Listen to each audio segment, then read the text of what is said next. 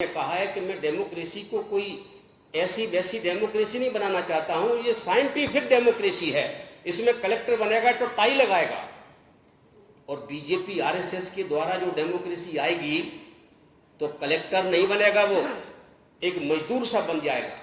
तो डॉक्टर अंबेडकर के अनुसार अगर हम देखें 800 जिलों में 800 कलेक्टर हैं, तो उसमें 200 कलेक्टर के लगभग तो शेड्यूल कास्ट ट्राइब के हैं, बाकी कलेक्टर किसके हैं?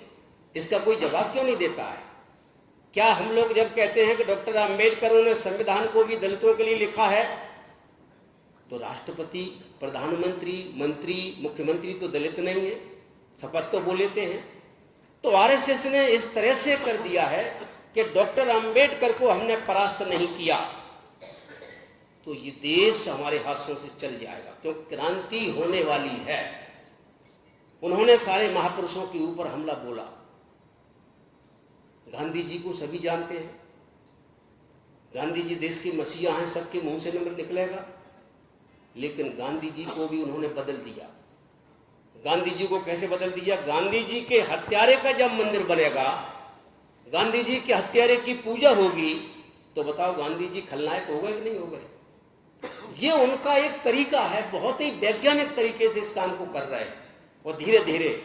लेकिन आज जो कार्यक्रम कांग्रेस पार्टी ने जो तय किया है, 1 दिवसीय है, उपवास करेंगे और बस्तियों में जाकर के ये कहेंगे कि मूर्ति लगना ये तो एक डॉक्टर अंबेडकर का, संविधान निर्माता का एक अधिकार बनता है कि अगर डॉक्टर अंबेडकर की मूर्ति अगर कहीं भी लगे तो सबसे पहले न्यायालय में लगनी चाहिए, सबसे पहला काम। और यही नहीं, एक बहुत विश्व प्रसिद्ध एम.बी. पायली साहब हैं, संविधान विश्लेषक, उन्होंने कहा डॉक्टर अंबेडकर इस संविधान के पिता हैं, और डॉक्टर अंबेडकर इस संविधान के पिता हैं, और डॉक्टर अंबेडकर इस संविधान के मुख्य आर्किटेक्ट हैं।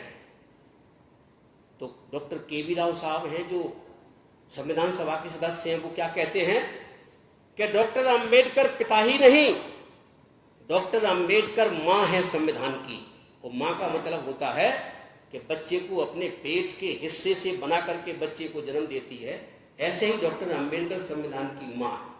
तो मैं कहना चाहता हूं कि भारतीय जनता पार्टी, आरएसएस ऐसा काम कर रही है जैसे कोई व्यक्ति सूर्य पर थूके, तो सूर्य पर थूकेगा, थूक सूर्य पर पहुंचेगा नहीं, उसके मुंह पर ही आकर के गिरेगा। और ये आंदोलन हमारा होगा। इस आंदोलन के बाद दूध का दूध, पानी का पानी हो जाएगा। धन्यवाद।